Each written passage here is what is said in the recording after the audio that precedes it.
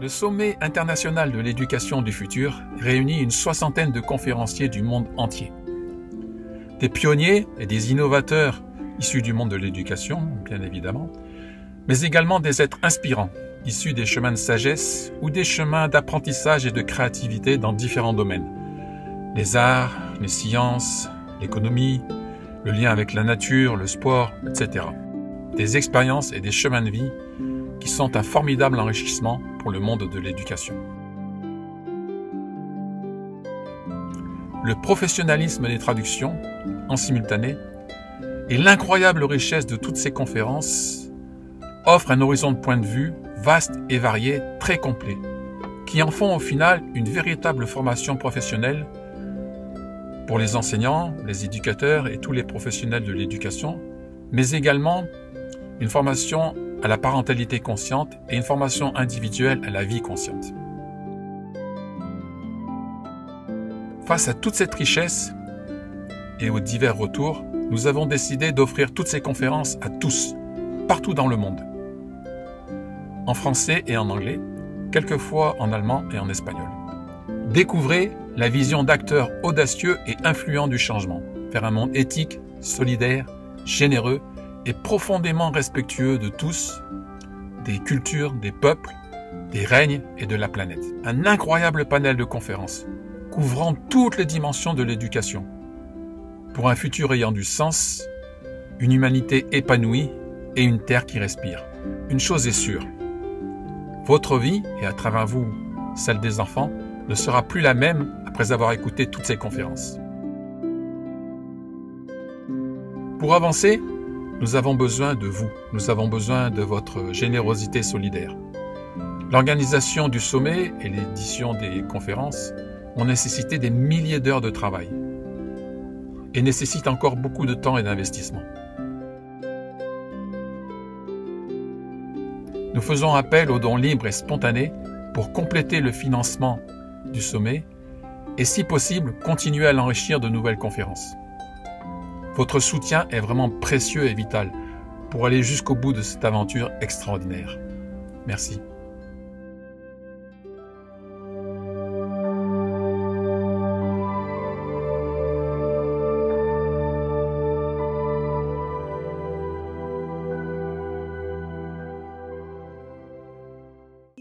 Bonjour à tous, merci de votre présence.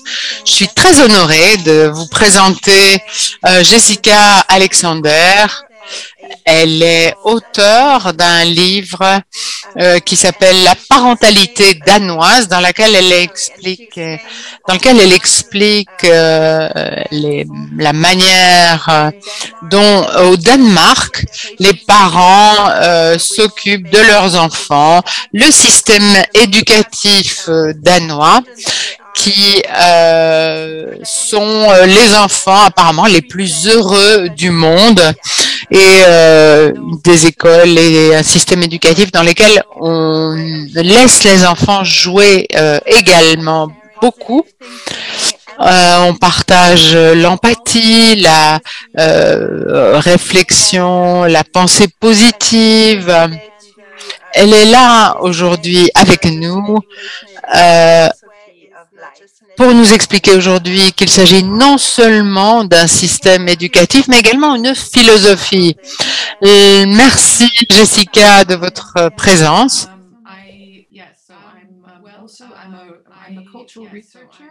Je suis chercheuse en matière culturelle. J'ai étudié la culture danoise depuis 20 ans. Je suis américaine et non pas danoise. Je suis mariée à un Danois et j'élève mes enfants à la danoise. Je fais énormément de consultance dans le monde entier sur l'éducation et entre autres dans des écoles. Aujourd'hui, je vais vous parler de la méthode éducative danoise. Vous pourrez ainsi prendre connaissance et avoir de nouvelles perspectives. Et j'espère que vous quitterez cette conférence avec quelque chose que vous pourrez mettre en œuvre vous-même. Alors, je voudrais d'abord vous parler du contexte de mon expérience et ensuite je vais vous parler un petit peu de la méthode éducative danoise. Il y a 20 ans, j'ai été exposée à la culture danoise. J'ai connu mon mari à ce moment-là. J'étais très impressionnée à l'époque par les enfants.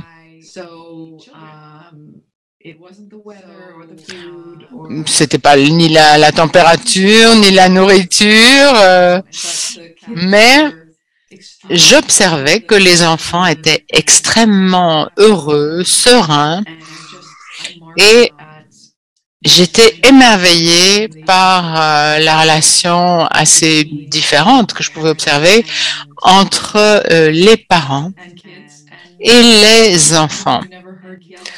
On n'entendait jamais personne crier, tout semblait toujours serein. Avec le temps, je me suis rendu compte qu'il y avait quand même quelque chose de fondamentalement différent en jeu. Beaucoup plus tard, j'ai eu mes propres enfants et quand ils sont nés, je me suis rendu compte que j'allais auprès de mes amis et ma famille danoise pour avoir des conseils. Un jour, j'ai lu que le Danois a été considéré comme le pays le plus heureux du monde. Ça a été un choc pour moi, parce qu'aux États-Unis, on est obsédé par le bonheur. On a des milliers de livres qui parlent de la recherche du bonheur. Et par contre, notre score n'est pas bon en la matière. Alors, ce qui m'a surprise quand j'ai commencé à étudier un peu la question, c'est je me suis rendu compte qu'il ne s'agissait pas uniquement cette année-là que le Danemark avait été premier, ou en tout cas dans le top 3 des pays les plus heureux du monde. Cela faisait 40 ans que c'était le cas. Et je me suis dit, bon, allez, je crois que c'est lié à la manière dont ils élèvent les enfants, parce que des enfants heureux deviennent des adultes heureux. Et là, j'ai senti qu'il fallait que j'écrive sur ce thème. Le livre a maintenant été traduit dans plus de 30 pays. Ça a fasciné beaucoup de gens parce qu'il est basé sur le bon sens. Rien n'a changé. Le Danemark n'est pas un pays très commercialisé, si je puis dire. Donc, ce fait-là, c'est basé principalement sur ce qui est bon pour les gens. Ensuite, je me suis intéressée à l'éducation après la parentalité. L'éducation, l'enseignement est très particulier, très différent et on va parler de ça aujourd'hui.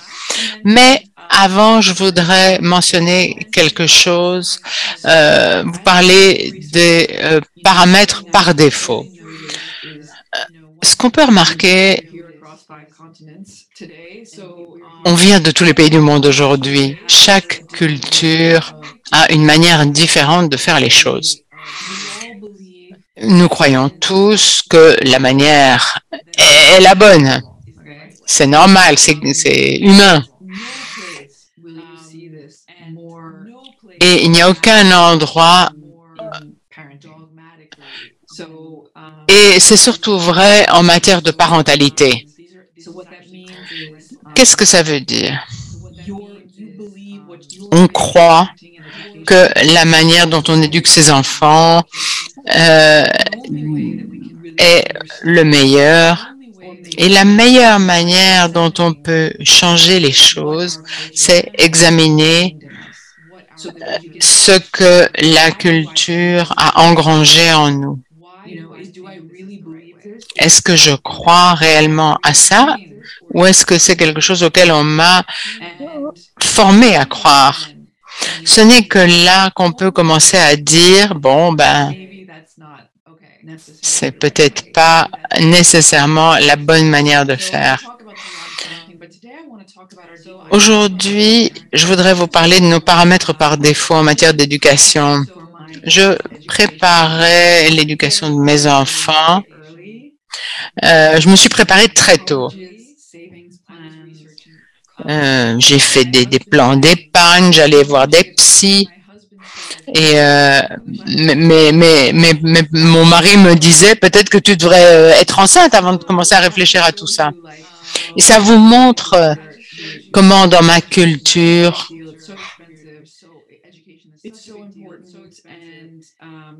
tout ça, ça vient du fait que aux États-Unis d'où je viens, l'éducation est très chère et donc on essaye de tout bien préparer, tout bien faire à l'avance. Ce n'est qu'au travers des yeux de mon mari que je me suis rendu compte qu'en fait ça n'avait pas de sens. Quand ma fille est née, tous les jeux qu'elle avait, tous les jouets qu'elle avait, j'avais l'idée qu'il fallait que cela l'éduque, qu'il fallait qu'il y ait des lettres, des chiffres, etc. Au Danemark,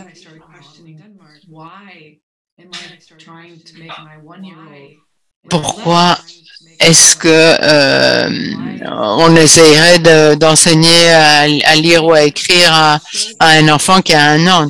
Et c'est tellement ancré dans la culture américaine qu'il faut enseigner les choses très tôt, etc. Que voilà, je croyais que c'était bien. Et donc j'ai commencé à réfléchir à comment on pouvait mesurer une bonne éducation. Dans de nombreux pays, la mesure, ce sont les tests, les notes, ce type de normes. Et ici, au Danemark, c'est très différent. Donc, avant d'aborder ça, je voudrais vous donner une idée de l'intensité de tout ça. Et j'ai parlé à beaucoup d'Indiens, d'Asiatiques, c'est la même chose pour eux. Il y a une enquête aux États-Unis auprès de 10 000 enfants de 33 districts scolaires différents. Et on leur demandait on leur a demandé ce qu'à leur avis leurs parents étaient plus importants. Avoir de bonnes notes, être heureux. Ils avaient 3 fois plus de chances que leurs parents accordaient de l'importance aux bonnes notes plus que d'être heureux ou d'être quelqu'un qui s'inquiète des autres. Et cette étude date d'il y a quelques années, donc ça vous donne vraiment une idée de l'idée que se font les enfants. Et c'est assez effrayant. Une autre étude intéressante montre que on utilise les termes doué, talentueux, intelligent 3 fois plus qu'ailleurs. C'est vraiment une obsession de l'intelligence, des performances. Si un enfant n'est pas bon dans un test, comment gérer cela? Alors, je crois qu'Einstein a dit que tout le monde est un génie, mais si vous jugez un poisson à sa capacité à grimper à un arbre, évidemment, vous allez le trouver stupide. Donc, on est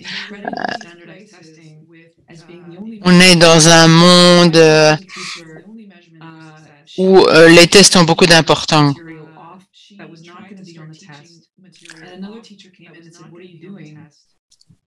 Ma sœur, qui est enseignante, a voulu commencer aux États-Unis à enseigner avec du matériel scolaire différent qui n'allait pas faire l'objet d'un test. Et ses collègues lui demandaient « Mais qu'est-ce que tu fais ?»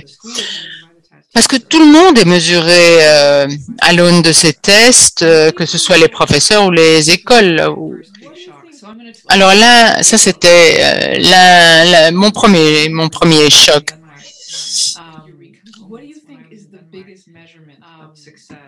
Quelle est la mesure la plus importante du succès au Danemark?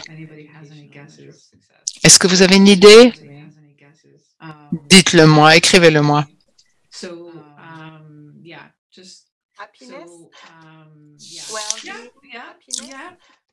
Le bonheur? Oui, chaque année, tous les élèves, tous les profs font ce test sur le bien-être, sur le bonheur. Et ça n'a rien à voir avec les matières strictes. Je vais vous lire certaines des questions que l'on pose dans ce test.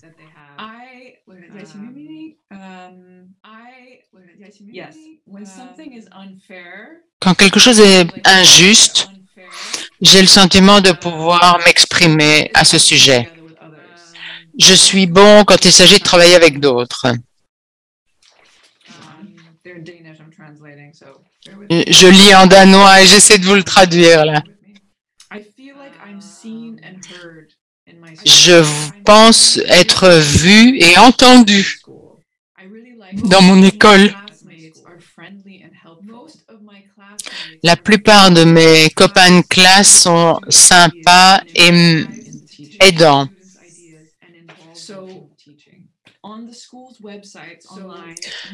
Sur les sites des écoles, vous allez voir les résultats du test pour cette école. C'est considéré comme ce qui est de plus important pour les profs, pour les élèves. Est-ce que vous pourriez TRIBESL.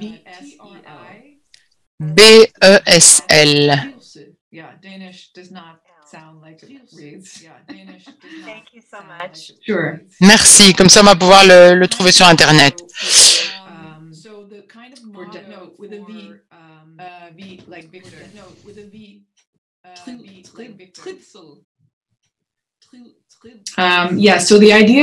Donc l'idée est que si vous ne vous sentez pas bien, vous ne pouvez pas bien apprendre.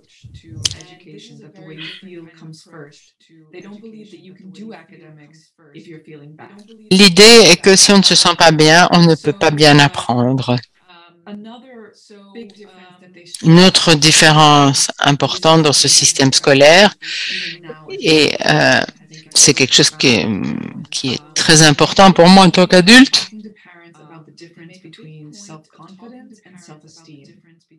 il parle de confiance en eux et d'estime de soi. Je pense qu'en anglais, c'est le même mot, confiance en soi et estime de soi. Au Danemark, on explique qu'il y a une différence et qu'il faut vraiment se concentrer sur les deux.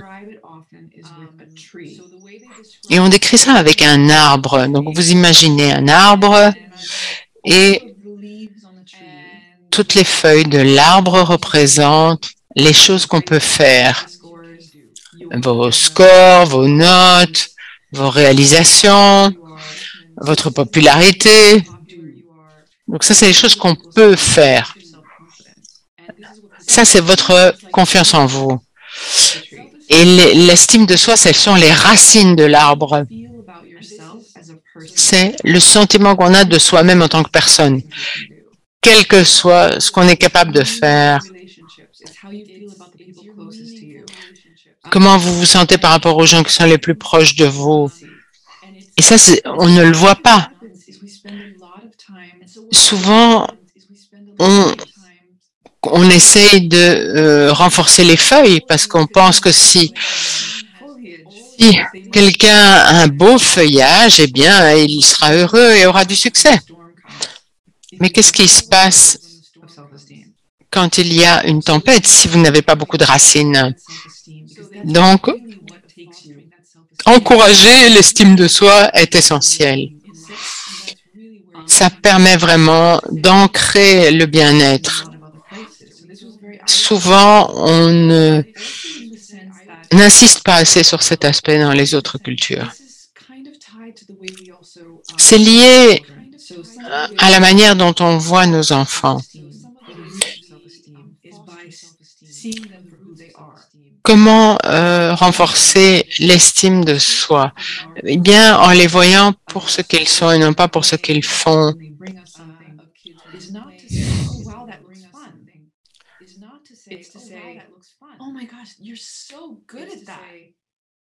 Donc, ce qui est important, par exemple, si un enfant fait quelque chose de bien, c'est important de lui, non pas de lui dire que c'est beau, mais de lui dire mais qu'est-ce que tu es bon.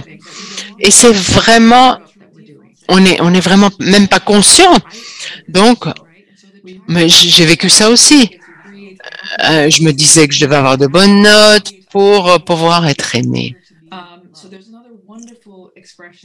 Donc, il y a une expression en danois.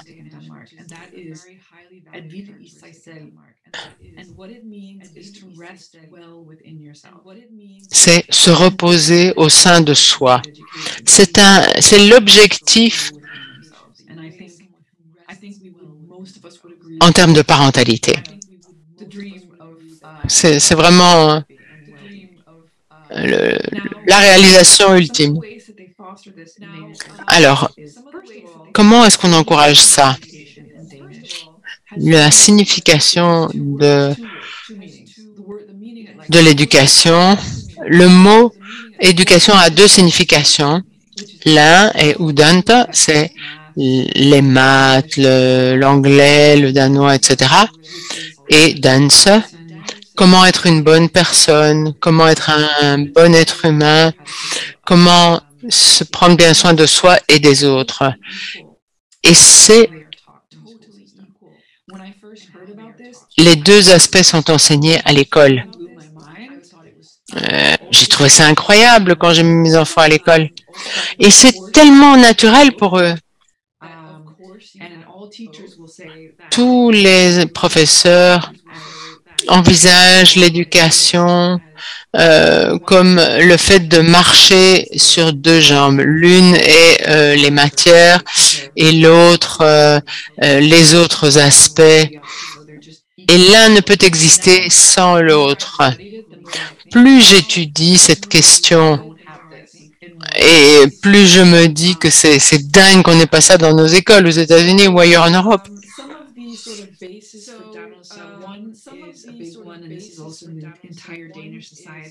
Dans la société danoise, il y a un concept important, c'est l'égalité en termes de dignité.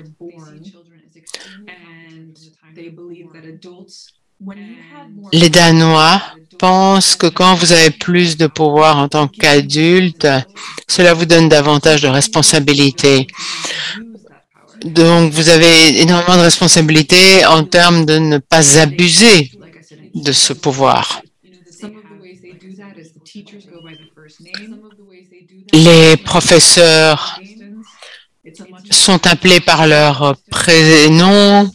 Il y a moins de différences et cela crée un environnement assez harmonieux.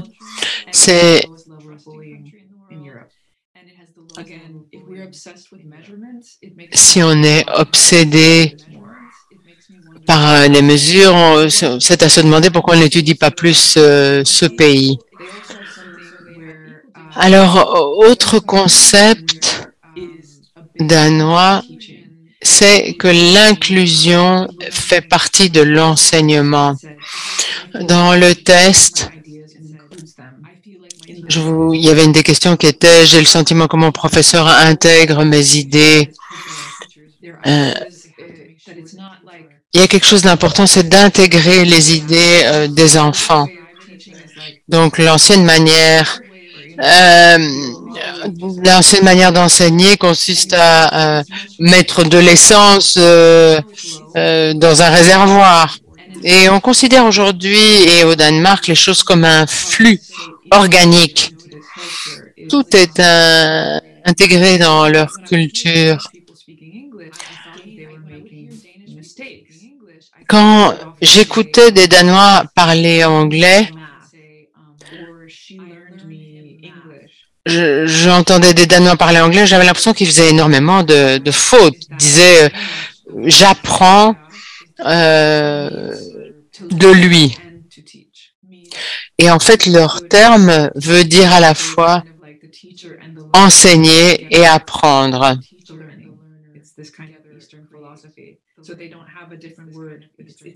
Ils n'ont pas deux mots différents pour dire enseigner et apprendre.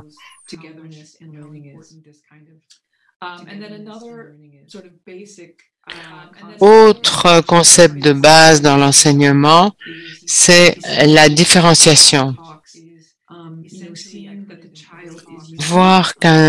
Considérer l'enfant comme unique. Ils n'ont pas de notes avant le collège. Tous les enfants apprennent à une rapidité différente. À un certain moment, ils se rattrapent. Et quel intérêt de rentrer dans un moule. Non seulement cela rend les enfants anxieux, qui apprendront peut-être à lire à 9 ans, et d'autres peut-être à 3 ans. Plutôt que de rendre les enfants anxieux en les forçant à lire quand ils ne sont pas prêts, ça crée aussi une compétition, une concurrence inutile, alors qu'ils devraient plutôt coopérer, jouer, etc. Pourquoi vouloir les faire entrer dans une boîte?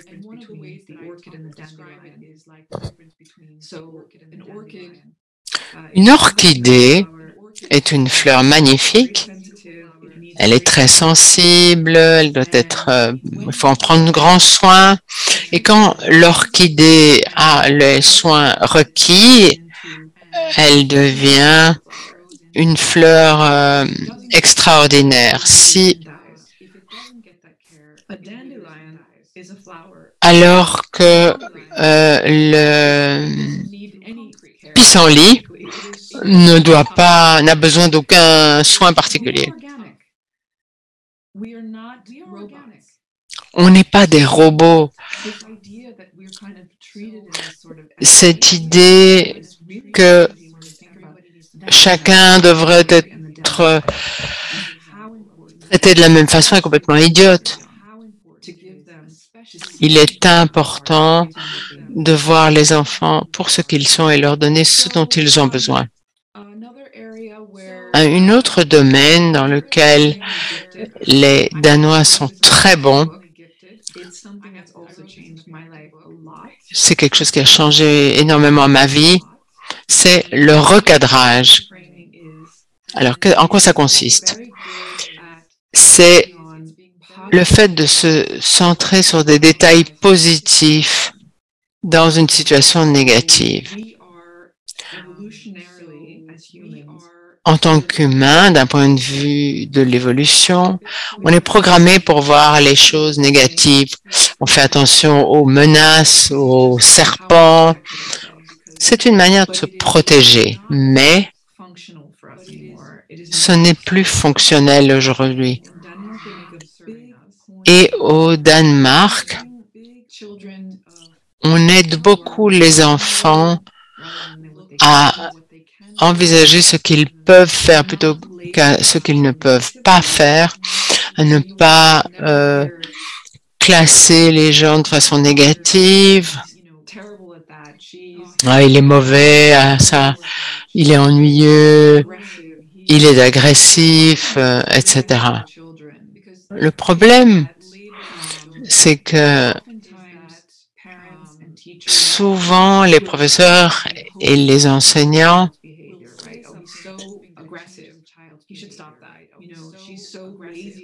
ont tendance à dire ah ben, cet enfant est agressif, il faut qu'il arrête.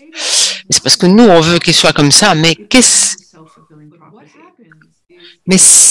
qui ça peut devenir une prophétie autoréalisatrice si on continue à dire de cette personne qu'elle est fainéante, qu'elle est ceci, qu'elle est cela. Si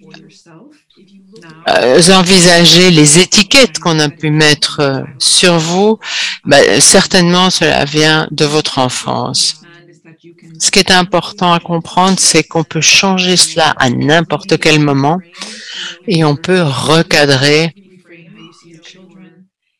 au moins la manière dont vous voyez vos enfants et cela va les aider et ça va vous aider.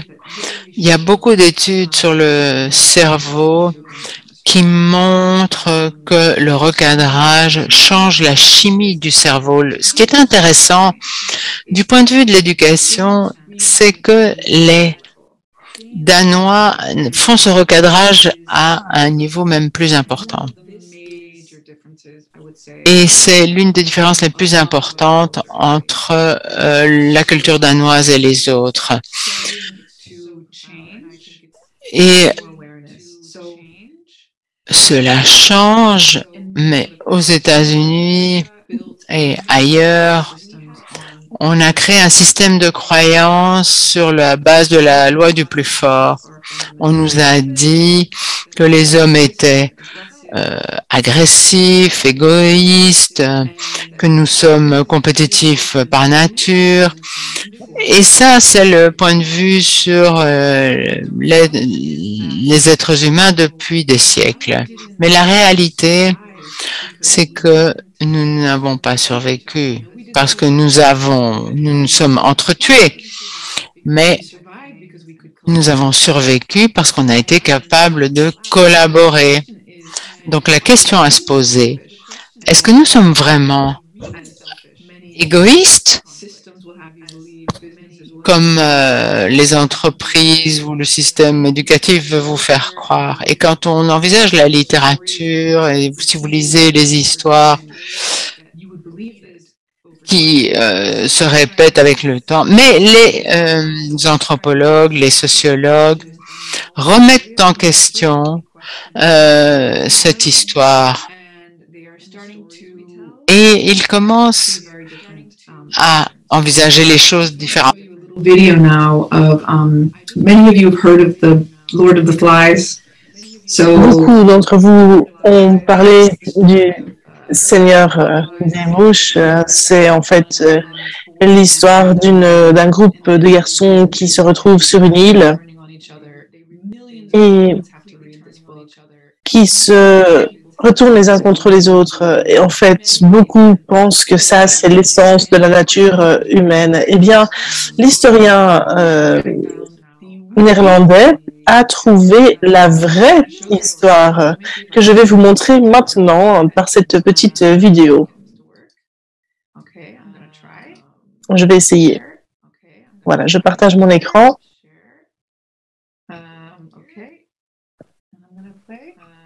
Et maintenant, est-ce que vous voyez bien l'écran? Parfait. Et maintenant, je vais lancer la vidéo.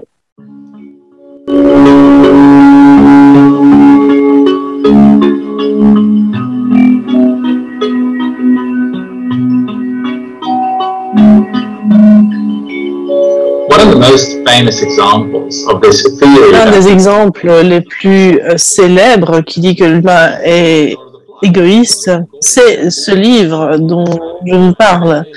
Certains l'auront lu, des millions d'enfants ont été forcés à le lire à l'école. Moi, je l'ai lu quand j'avais 16 ans, 17 ans, et je me rappelle que j'étais assez déprimée après cette lecture. Il n'y avait plus de Harry Potter pour moi, c'était ça. Mais n'empêche, ce livre, je me suis dit, est-ce que vraiment c'est arrivé ça? Et donc, j'ai entamé cette quête pour savoir si c'était vraiment arrivé. Alors, j'ai regardé les îles Tonga. Et après plusieurs mois, j'ai réussi à comprendre où ça se trouvait exactement.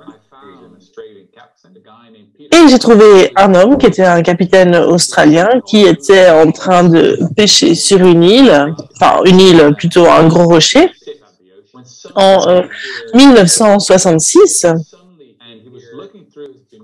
Et il regardait dans ses jumelles lorsqu'il a vu 6 enfants arriver. Et ces enfants sont arrivés et ils se sont dit, voilà, nous sommes à l'école et nous devons venir sur l'île pour y vivre. Et en fait, ils n'y croyaient pas ses yeux. Et donc, à l'époque, j'ai parlé avec cet homme qui m'a mis en contact avec son meilleur ami.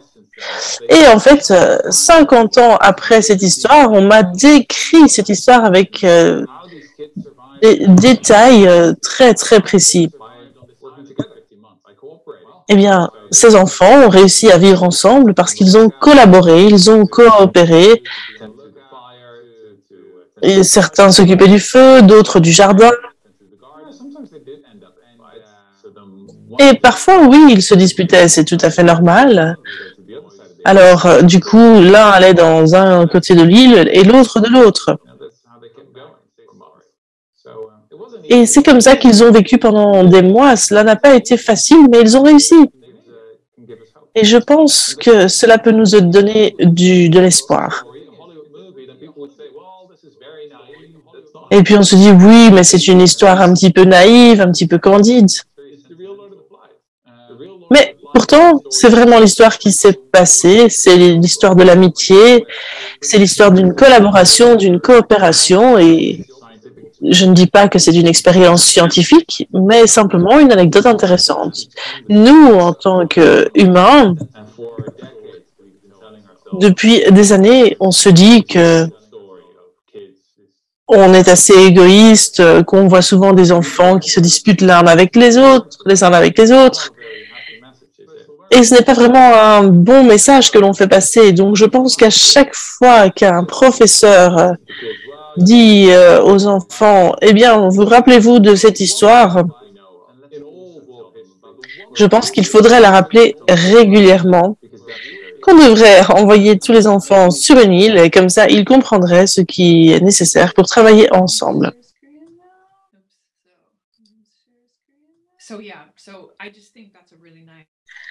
Voilà, ça, je pense que c'est un bon exemple parmi d'autres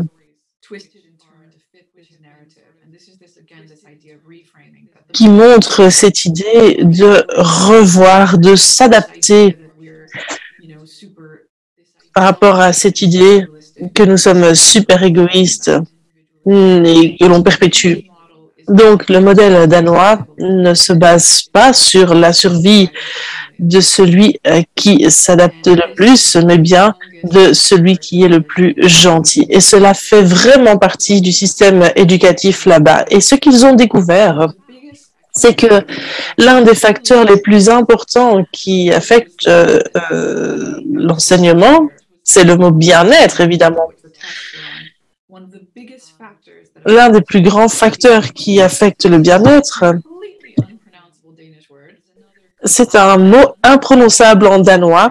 C'est ce qu'on appelle le teleski. Et moi, j'ai écrit beaucoup sur ce concept. Alors, qu'est-ce que cela veut dire?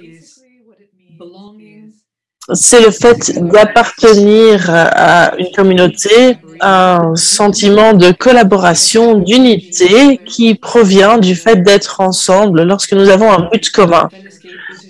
Et cela fait partie intégrante de la société danoise, du système éducatif danois, et cela est très important pour le bien-être.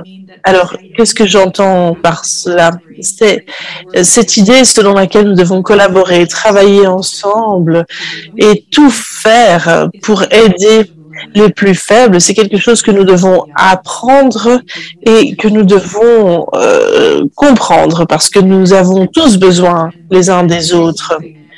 Et c'est quelque chose auquel je n'ai jamais pensé auparavant.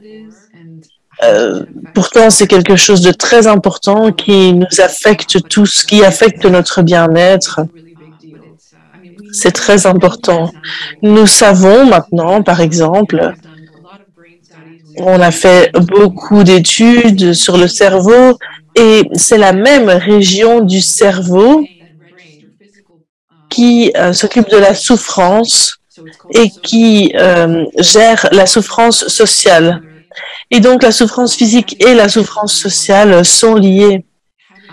Avoir des amis, c'est très important pour les enfants. Apprendre à vivre ensemble, c'est très, très important. Et d'un point de vue des études, si vous voulez des faits scientifiques pour corroborer cette affirmation, il y a des analyses sur 300 000 participants dans une enquête sur la prospérité danoise et ils ont remarqué que le niveau de bien-être à l'école était davantage lié à une meilleure réussite, un meilleur apprentissage, plus d'implication et de meilleures compétences. Et Harvard se penche sur ce phénomène et également, ils ont arrivé à la même conclusion. Lorsque les enfants se sentent mieux, ils apprennent mieux, ils ont des amis et lorsqu'ils ont ce sentiment d'appartenir à un groupe, on voit l'impact significatif de cela sur la manière dont ils apprennent, dont la manière dont ils se débrouillent à l'école. Je vais vous parler un petit peu plus de ce concept parce que c'est très intéressant. Il y a deux concepts différents. Ne vous inquiétez pas, je ne vais pas vous faire passer un test de danois après cette session, hein, ne vous inquiétez pas. Mais il y a deux façons d'être ensemble. Tout d'abord, ce qu'on appelle le concept numéro 1, à savoir le fait d'être ensemble et responsable. Cette idée selon laquelle vous devez apprendre pour mieux vous sentir parce que on parle également du concept de Fuga qui est un concept qui a Hyuga, le concept qui a été créé en 2016. Le fait d'être ensemble, c'est quelque chose de naturel. C'est lorsque vous êtes avec votre famille, lorsque vous êtes avec vos amis. C'est un moment cosy avec les autres qui est facile. Le Clickfellescape, c'est lorsque vous devez aller à une réunion familiale et que vous n'avez pas envie d'y aller. Ou alors vous devez travailler avec quelqu'un que vous n'aimez pas, ou que vous devez jouer avec des gens avec qui il est difficile de jouer. Donc ça, c'est plus un sens selon lequel, en fait, pour faire partie de la communauté, il faut faire des sacrifices. Nous ne sommes pas des individus dans un désert, nous ne sommes pas seuls sur un rocher, nous avons besoin des autres et nous avons besoin d'être entourés. Parfois, nous devons faire des compromis, parfois, nous devons faire des choses que nous ne voulons pas et cela demande de l'entraînement. Mais comme je vous l'ai dit, comme si vous commencez à faire cela dès le plus jeune âge, cela devient naturel. Et toutes les recherches montrent que la qualité des liens dépend de si l'on a commencé à faire cela dès le départ. Alors, l'une des manières dont on enseigne ce concept au Danemark, c'est avec le Dux. Et c'est par exemple si les enfants sont responsables pour le nettoyage de l'école, d'organiser des événements. Ce n'est pas une personne qui a une tâche à faire, comme dans certaines classes on le voit. Chacun, par exemple, s'occupe d'une tâche. Ici, c'est vraiment une tâche collective. Ils ont des réunions. Donc, ils ont des réunions de Fellescape. Cela peut avoir lieu 3, 5 fois par semaine, une fois par semaine, dans lesquelles ils se rassemblent avec l'objectif d'améliorer ce travail en équipe. Et ces réunions peuvent traiter de tant de choses différentes. Mais l'objectif, c'est que le sentiment principal doit être de consacrer ce temps pour améliorer la collaboration ensemble. parce que cela va permettre d'améliorer le bien-être, qui à son tour va permettre d'améliorer l'apprentissage des enfants. Jouer, ça c'est également quelque chose d'important pour améliorer ce sentiment de vivre ensemble.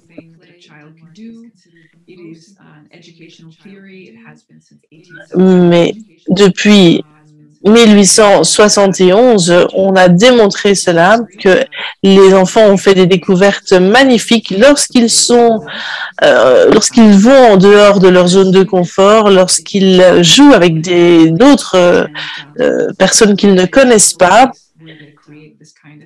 lorsqu'ils vont dans des endroits qu'ils ne connaissent pas. Parce que lorsque les enfants sont ensemble, qu'ils travaillent ensemble, qu'ils jouent ensemble, ils ne pensent pas aux différences entre eux. Au contraire, ils construisent des ponts et des liens. Et ils créent un réseau qui les relie les uns aux autres. Alors, ce n'est pas toujours facile, ce concept de Fellowscape. C'est la raison pour laquelle il faut s'entraîner. Et là, on dit aux parents de se rappeler que nous sommes leur repère et beaucoup d'entre nous n'ont pas vécu ce concept. Et donc, le message que nous envoyons à nos enfants doit être cohérent. Moi, par exemple, je détestais aller aux réunions de famille. Et pourtant, quand je dis à mes enfants, oui, bien sûr, on va y aller, parce que je pense que c'est important également d'envoyer un message, de dire que cela fait partie d'être dans la famille, de faire partie de la famille, c'est nécessaire. Pour vous donner une idée de l'importance et du message à faire passer, au Danemark, il y a beaucoup de publicités visant à aider les gens à penser par rapport au bien de la société. Et l'une des publicités qui a eu beaucoup de succès, qui est reproduite dans les églises et même dans les universités, c'est un exemple d'exercice que les professeurs utilisent dans leur classe. J'ai utilisé moi-même cet exercice dans différentes écoles du monde. Et je pense que cela montre cette idée de ne pas ranger les gens dans des petites boîtes, de se concentrer sur nos points communs plutôt que sur nos différences. Donc, je vais vous montrer cela. C'est une petite vidéo. Je vais vous la montrer. Alors, est-ce que je peux partager mon écran? Pourquoi est-ce que je n'arrive pas à partager mon écran?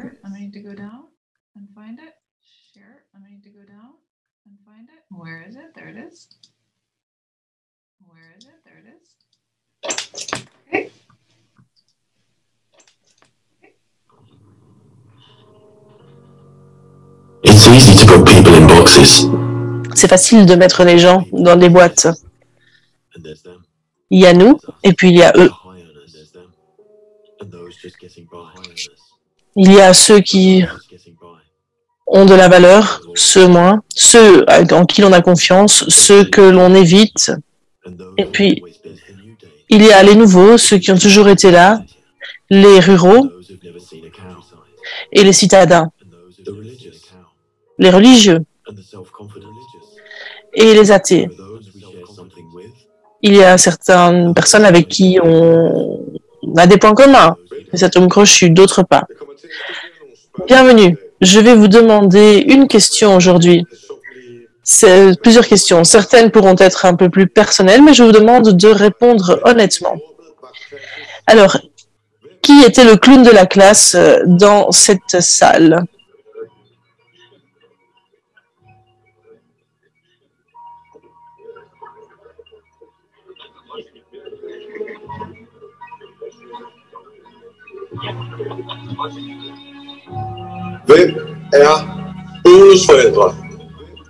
Qui sont des beaux-pères et des belles-mères?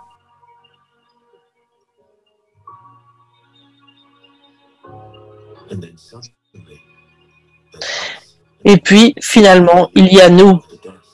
Nous qui croyons à la vie après la mort. Et puis, nous qui aimons danser. Nous qui avons été harcelés.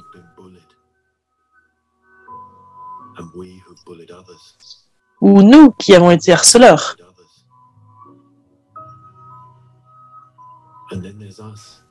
Et puis, il y a nous, les heureux, qui ont eu tout ce qu'ils voulaient dans la vie. Et puis, il y a ceux qui sont amoureux. Et puis, il y a ceux qui se sentent seuls.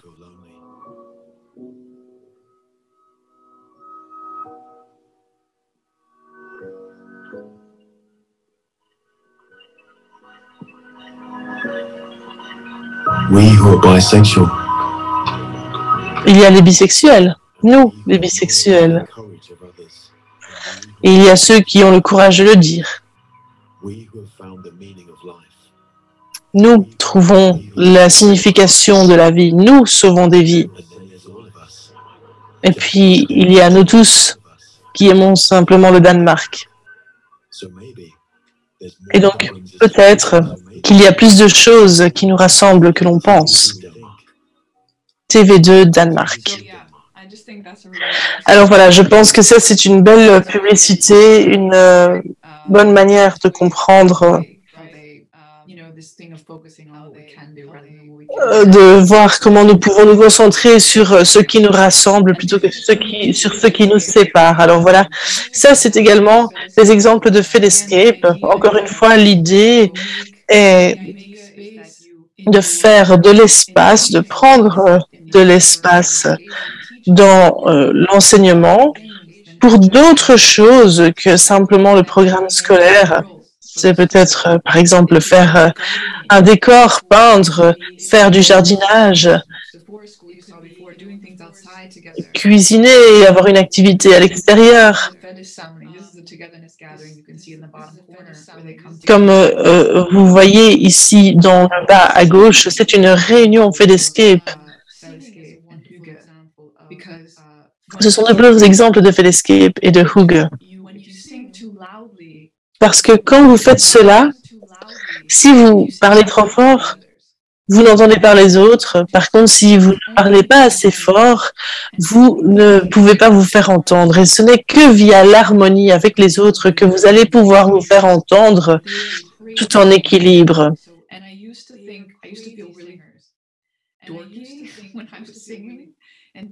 Et moi, quand je chantais au Danemark, je me rappelle, je devais comprendre comment placer ma voix, ni trop fort, ni trop basse. Et à la fin, vous sentez, quand vous êtes avec le groupe, à quel niveau vous devez vous placer. Il est important aussi de laisser ces opportunités de se sentir appartenir à quelque chose.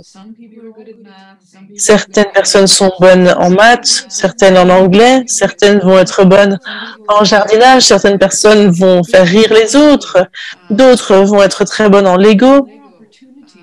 Plus d'opportunités les enfants ont, plus ils se développent. Il n'y a pas que les tests, les interrogations et de mémoriser les choses. Il y a d'autres aspects, d'autres choses dans lesquelles ils excellent, dans lesquelles ils sont compétents.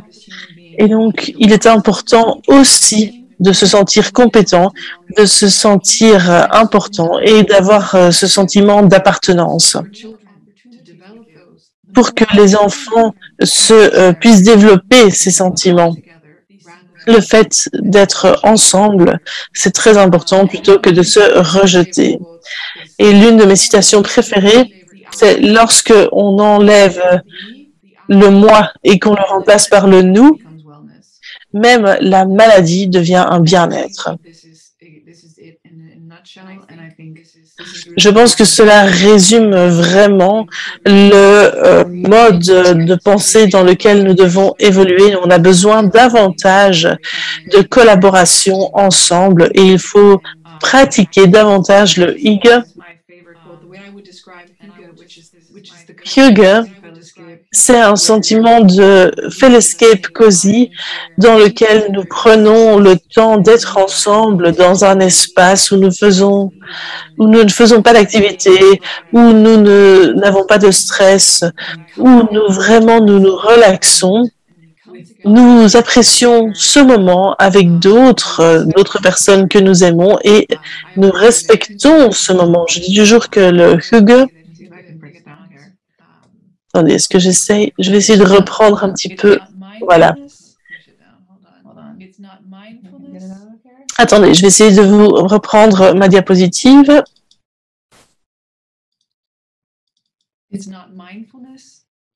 Donc, ce n'est pas la pleine conscience, c'est la pleine conscience, mais ensemble. Donc, on dit toujours que la pleine conscience, c'est d'apprécier le moment, d'être présent, que c'est lié au bien-être. Et je pense que les Danois se sont vraiment bien inspirés de cela, dans cette idée d'être ensemble avec les autres, dans un moment privilégié, en oubliant le temps et en oubliant tout le stress. C'est vraiment très important, ce sentiment de we-fulness, c'est-à-dire de pleine conscience ensemble. Et les enfants doivent comprendre cela. Ils doivent pouvoir apprécier des moments avec leur famille. Et dans les écoles danoises, ils ont des salles de hygge. Donc, ils ont des salles où les enfants peuvent aller et apprécier ce moment. Et ce n'est pas forcément nécessaire d'avoir une salle de hygge parce que cela fait partie de la culture et c'est absolument nécessaire de prendre un peu de temps pour cela. Et cela peut passer par jouer à des jeux. Et cette période, ce hygge qui est nécessaire, doit se retrouver en primaire et en secondaire parce que c'est vraiment l'idée d'être ensemble, de prendre soin des autres, d'apprécier la compagnie des autres et c'est très, très important. Alors, j'aurais énormément de choses à vous raconter, mais je vais maintenant ouvrir la session aux questions-réponses. Si vous avez des questions, n'hésitez pas à me les écrire. Je me ferai un plaisir de vous répondre, mais maintenant, je vais laisser un petit peu de temps pour que vous puissiez poser vos questions.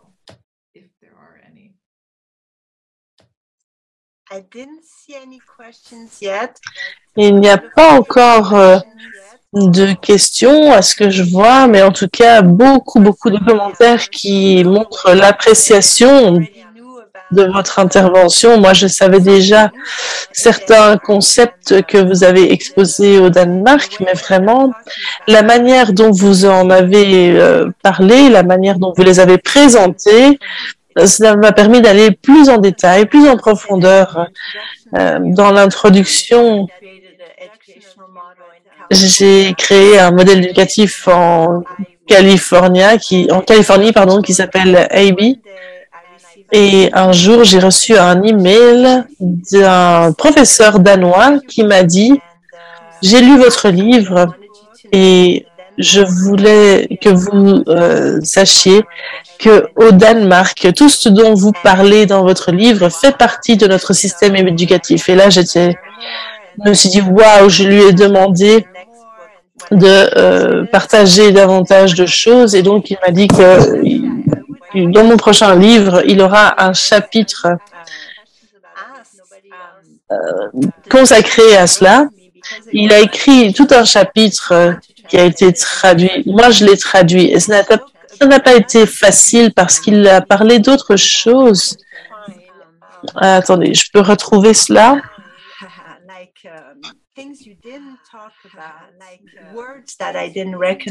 Des mots que je ne reconnaissais pas, mais peut-être qu'ils vont vous parler.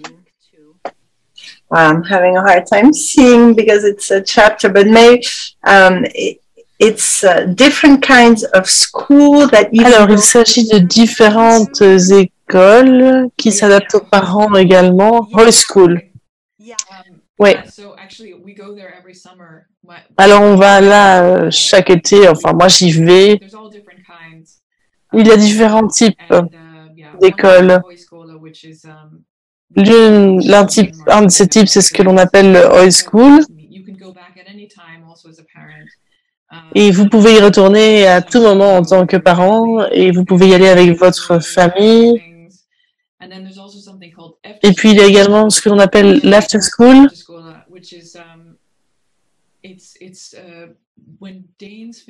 C'est lorsque les Danois terminent, lorsqu'ils ont 15 ans, ils peuvent choisir de prendre un an et d'aller à After School. C'est un endroit où ils vont aller pour mûrir. Et là, ils ont tout. Ils ont des cours de musique, d'art, vraiment, ils ont tout ce qu'il faut. Ce n'est pas vraiment des cours académiques. Ils peuvent faire de la jonglerie, de l'écriture, et tout cela les aide à mieux se sentir pour les Fellescape.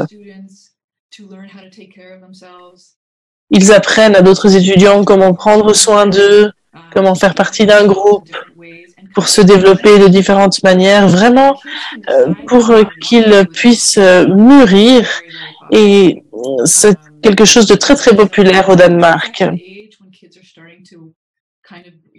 Parce que à 15 ans, les enfants commencent à devenir un peu indépendants et ils ne veulent pas forcément directement se lancer dans davantage d'études et donc ils se disent tiens, je vais prendre un an pour un petit peu me recentrer. C'est également aussi un moment où les parents ont peut-être un peu de mal avec leurs adolescents, donc c'est peut-être pas mal de prendre un petit peu de distance où leurs enfants sont dans un environnement sûr et où ils peuvent se développer davantage d'autres compétences.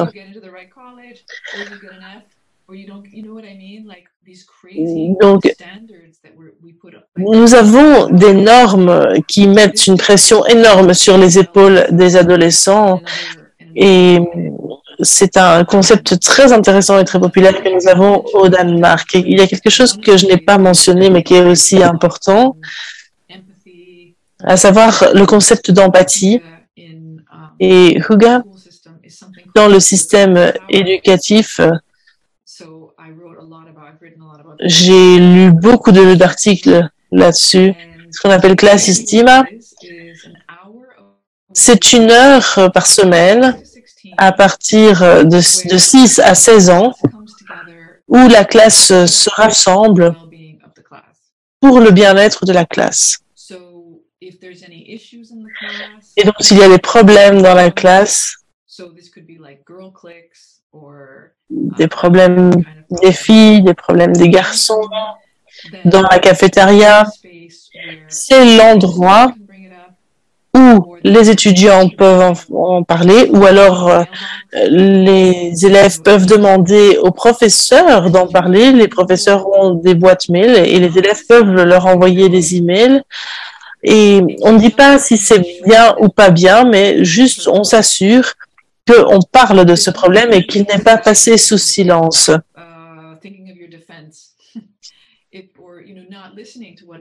On ne demande pas forcément de prendre la défense de l'un ou de l'autre, mais simplement d'être compris, de comprendre pourquoi la personne se sent de cette manière. Et ça a lieu de 6 à 16 ans, 1 heure par semaine. Et cela peut avoir lieu à tout moment s'il y a des problèmes. Parce qu'encore une fois, la pensée sous-jacente, c'est que lorsque le groupe est heureux, les individus sont heureux.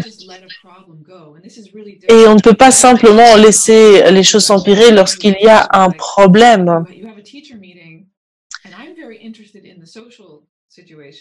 Par exemple, lorsqu'il y a une réunion des professeurs, ils parlent des problèmes sociaux. Mais parfois, les professeurs se disent que certains problèmes ne les concernent pas. Et ils se concentrent sur le côté académique. Et je pense que ça, c'est un problème, alors qu'au Danemark, c'est tout le contraire. Les professeurs, quand vous allez à leur rencontre, disent, voilà, votre fille s'en sort bien, elle aide les autres, elle a une attitude tout à fait acceptable avec les autres. So when he was in school, he'd gotten this test back in English when he was in like high school or late middle Quand school. il était en primaire, mon mari, on ne donne pas des notes extraordinaires au Danemark. Bon, c'est pas l'objectif. Et il a eu une note extraordinaire. Et quand le prof lui a donné son test, elle n'a pas dit « Ah, c'est formidable, c'est super, mettons ça au tableau ». Elle a dit «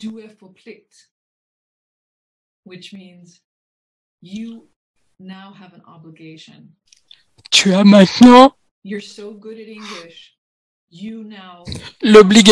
obligation. Tu es tellement bon en anglais que tu as l'obligation d'aider les autres. » Donc, quand les enfants sont populaires, ils ont l'obligation d'aider les autres. Vous êtes peut-être très bon en maths ou en anglais, mais vous n'allez pas l'être en foot. Quand on apprend cela depuis son plus jeune âge, si vous connaissez des Danois, vous devez savoir qu'ils ont quelque chose de très humble.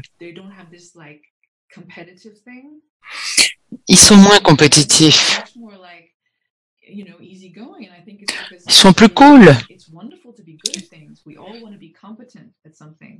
On est tous contents d'être compétents dans quelque chose, mais c'est important de prendre soin des autres. Et les profs disent ça tout le temps. Rappelez-vous, il faut qu'on prenne soin les uns des autres. Et moi, j'ai pas entendu ça à l'école quand j'étais petite. Mais j'aurais aimé. C'est vraiment la clé pour être plus heureux, d'avoir de meilleures relations. Et je dis toujours, bien se reposer au sein de soi-même ne veut pas dire que vous n'allez pas avoir de succès. Mais que vous marchiez sur la Lune ou sur une plage, il faut se sentir bien à l'intérieur de soi.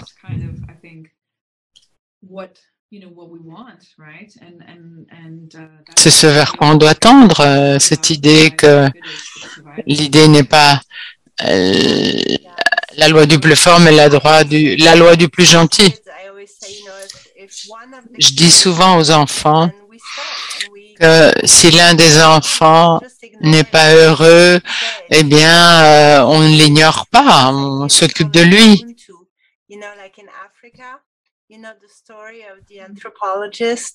Vous connaissez l'histoire de l'anthropologue qui va en Afrique et qui demande à un groupe d'enfants de faire une course.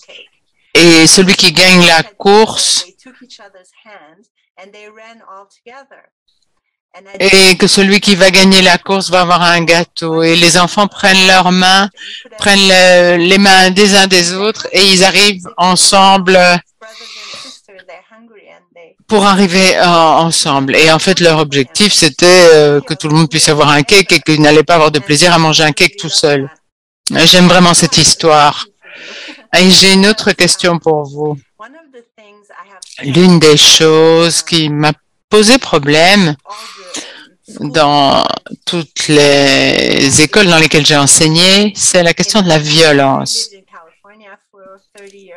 J'ai habité en Californie pendant 30 ans et je suis revenue en France il y a 6 ans. J'ai enseigné dans des écoles Montessori en France, dans des écoles publiques. C'était pire, mais bon. Même dans les écoles Montessori, il y avait des enfants qui ne sont pas gentils les uns avec les autres et pour pas dire violents. Il y a des enfants violents. Et je voulais vous demander comment les Danois ou quelle serait votre recommandation à vous si un enfant de 3 ans n'est pas gentil vis-à-vis des autres, qui mord, qui donne des coups. et quand vous lui répétez que ça ne va pas, mais qu'il continue. Comment gérez-vous ce type de situation? J'aimerais savoir. Ça dépend de l'âge. Avec des plus jeunes, n'est pas la même chose que ce qu'on ferait avec des plus âgés. Mais s'il y a, l'idée c'est toujours de comprendre quelle est la signification derrière le comportement violent. Qu'est-ce qui se passe avec les parents? Les parents sont très impliqués dans l'école, tout le monde forme une équipe. Les parents font partie de l'équipe pédagogique, donc ils appellent les parents les élèves invisibles. Tout ce qui se passe à la maison, les enfants l'apportent en classe.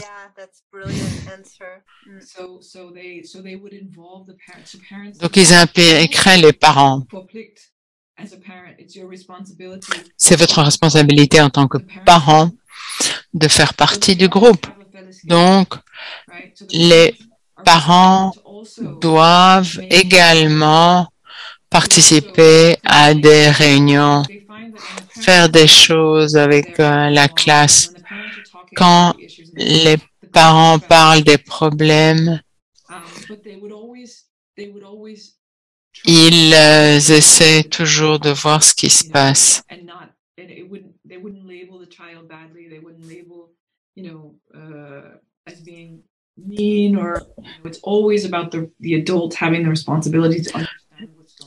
Le parent a toujours la responsabilité de voir ce qui se passe. C'est une compétence, ça s'appelle de compétence relationnelle. La relation avec les enfants est très, très importante. Il y a des formations à ce sujet, la manière d'accueillir les enfants. Ils ont besoin d'un sentiment d'appartenance, de signification, etc. Bon, c'est très complexe. Oui, c'est important ce que tu viens de dire parce que ça fait partie des problèmes dans le reste du monde. La manière dont on forme les professeurs. En 4 ans, il n'y a pas des questions sur à l'empathie, à l'aspect relationnel. Donc, on laisse un enfant, un prof, sans formation.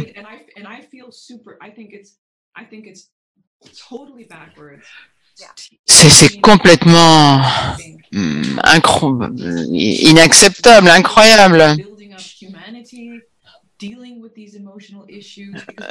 Apprendre à gérer toutes les questions, les problèmes émotionnels, et ils sont pas formés partout dans le monde. Il n'y a pas de test.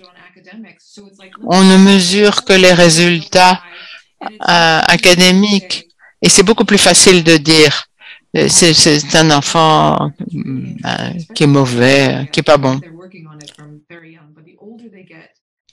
Plus les enfants grandissent au Danemark, plus on leur dit il n'y a pas de mauvaises personnes, mais de mauvaises dynamiques de groupe.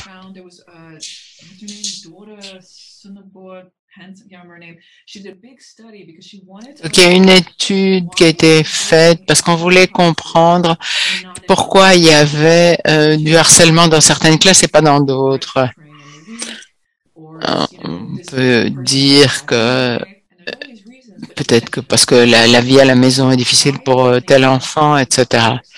Et mais pourquoi ça se passe dans certaines classes et pas dans d'autres? Et cette étude, avec des centaines de questions posées à des enfants sur 36 sujets, la maison, l'école, etc. Et le plus grand prédicteur du harcèlement dans une classe était le manque de respect, une mauvaise dynamique dans la classe. in a positive, then there was bullying. If they said, I feel like I can speak up, I feel like Si les enfants disaient j'ai le sentiment d'être entendu dans ma classe, etc. Eh bien là, la dynamique était bonne et il y avait moins de harcèlement ou pas de harcèlement. Donc ici, on a le moyen de mesurer la hiérarchie du groupe. S'il y a une grande hiérarchie, un grand écart entre le plus populaire et le moins populaire dans la classe, il y a du harcèlement. Si on arrive à aplatir cette hiérarchie, et on fait ça,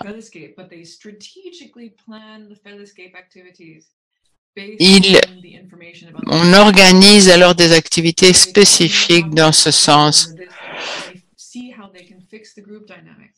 Et on essaie de résoudre cette dynamique de groupe. Et les comportements négatifs s'arrêtent. Oh, c'est formidable. Et qui a réalisé ça?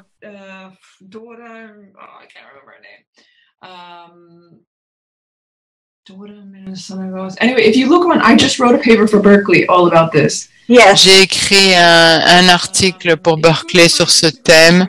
Si vous allez sur mon Instagram,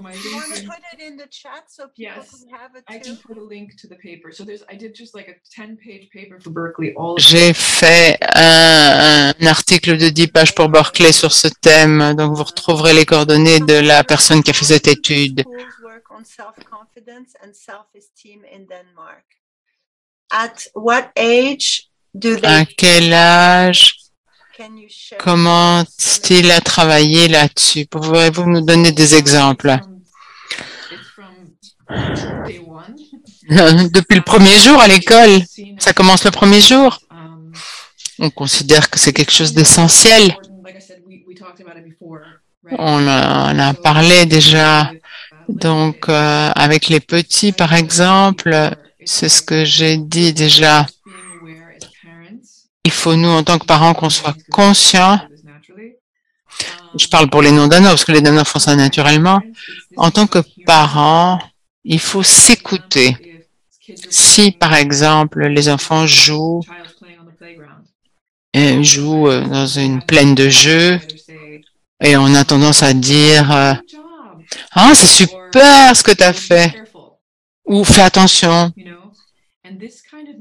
Ce type parle de nous et ça a l'air vraiment chouette ce que tu fais est une remarque qui aura tendance à construire leur estime d'eux-mêmes.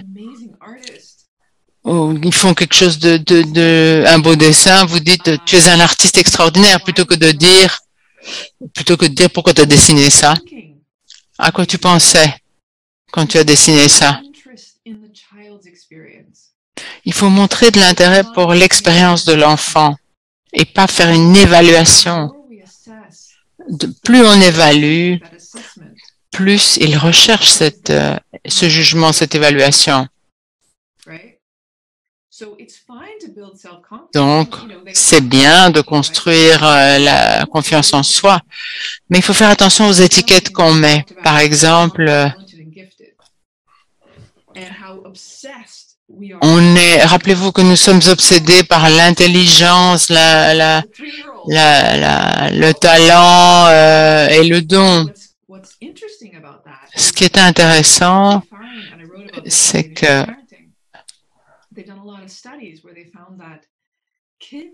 de nombreuses études ont montré que les enfants qui ont grandi avec ce type d'étiquette, le fait d'être intelligent par exemple, ou doué, se sont rendus compte que quand ils grandissent, s'ils devaient passer un test ou un projet difficile pour eux, soit ils vont abandonner ou ils vont tricher parce qu'ils ne voulaient pas perdre leur statut de personne intelligente.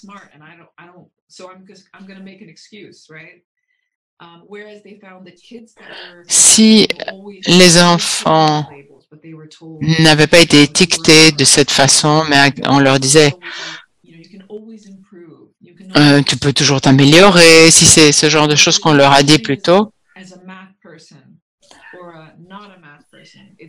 Il n'y a personne qui est matheux ou pas matheux, où tu étudies et tu t'améliores et tu apprends de tes erreurs.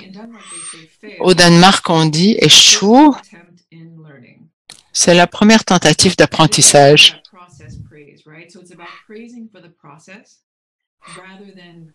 Il faut donc encourager le processus et féliciter la personne qui est dans le processus.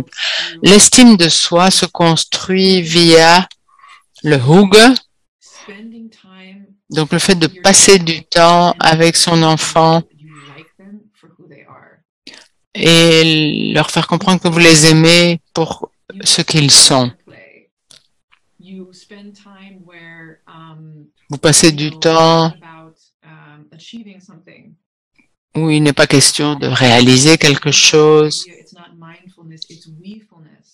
C'est pas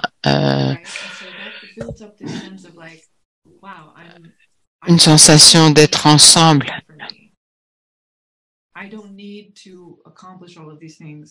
Je n'ai pas besoin d'avoir accompli telle ou telle chose pour être aimé. That's beautiful. Wow, we have so much to learn. It's incredible when you. Nous avons beaucoup à apprendre. A country, and like I think I read somewhere it's measured for 40 years, the happiest country in the world. I mean, we've known. Je pense que ça fait 40 ans. What are we waiting for to take model? Que l'on sait que ça se passe mieux au Danemark. Je vis en Italie aujourd'hui.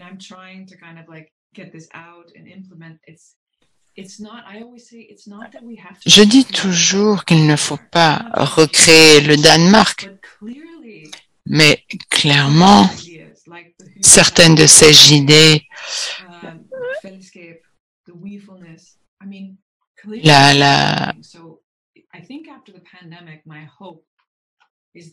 la pleine entièreté plutôt que la pleine conscience, etc. Tout ça sont des notions qu'il faut envisager et faire des recherches.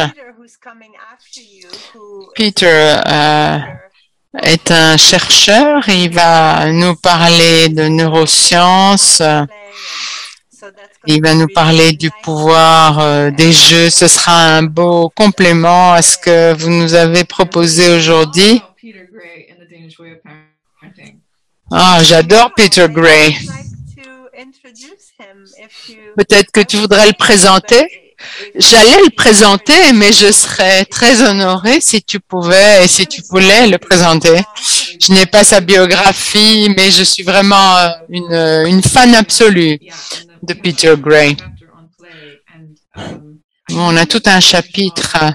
Je sais que le modèle danois était formidable. Et j'avais besoin de la perspective américaine et Peter Gray est un beau complément à cette méthode danoise. Merci pour ce que vous avez partagé avec nous. C'est un des commentaires. Je ne comprends pas pourquoi en France on reste sur de vieux modèles éducatifs. When they're 15, and that's what was that teacher wrote in the chapter in my book, but that year off is like so important. I always say even before. Je dis toujours qu'avant d'aller à l'université, c'est important de passer une année à faire autre chose, faire une pause pour que toutes les expériences et les connaissances vous pénètrent. Je pense que c'est également important et au Danemark,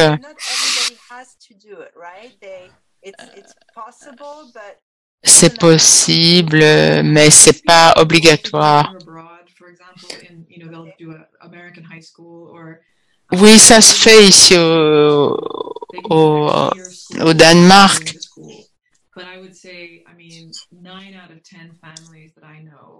9 familles sur 10 envoient leurs enfants à l'étranger. Est-ce que vous pourriez, votre email, s'il y a des questions pour que les gens puissent vous écrire le cas échéant? Je vais bientôt donner un cours en ligne sur le harcèlement. Hier, il y a eu une table ronde avec des jeunes qui ont abordé cette question du harcèlement.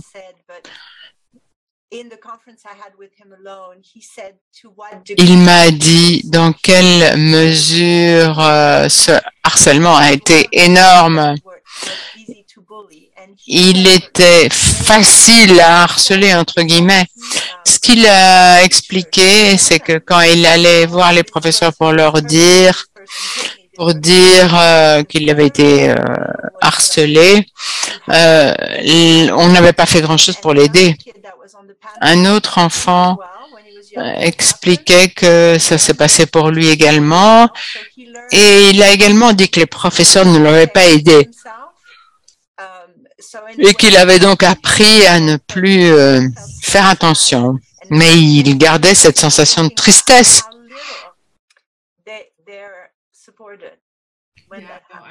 We know that bullying has such long-term effects. So I'm so glad you're doing this course, and it's a C'est super.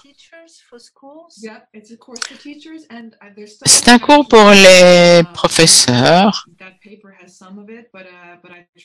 Vous en lirez quelques éléments dans ce livre, mais je vous donnerai comment mesurer cette hiérarchie du groupe, comment l'aplatir. Je serais ravie de partager toutes ces idées. C'est super, je vous remercie. S'il y a vous avez encore quelques minutes, s'il y a encore quelque chose que vous vouliez dire. Encore une fois, je voudrais vous dire, si vous voulez plus d'informations, n'hésitez pas à prendre contact avec moi. Je pense que c'est tout, voilà. C'était un vrai plaisir et je suis ravie de pouvoir écouter Peter. Merci Jessica, merci mille fois.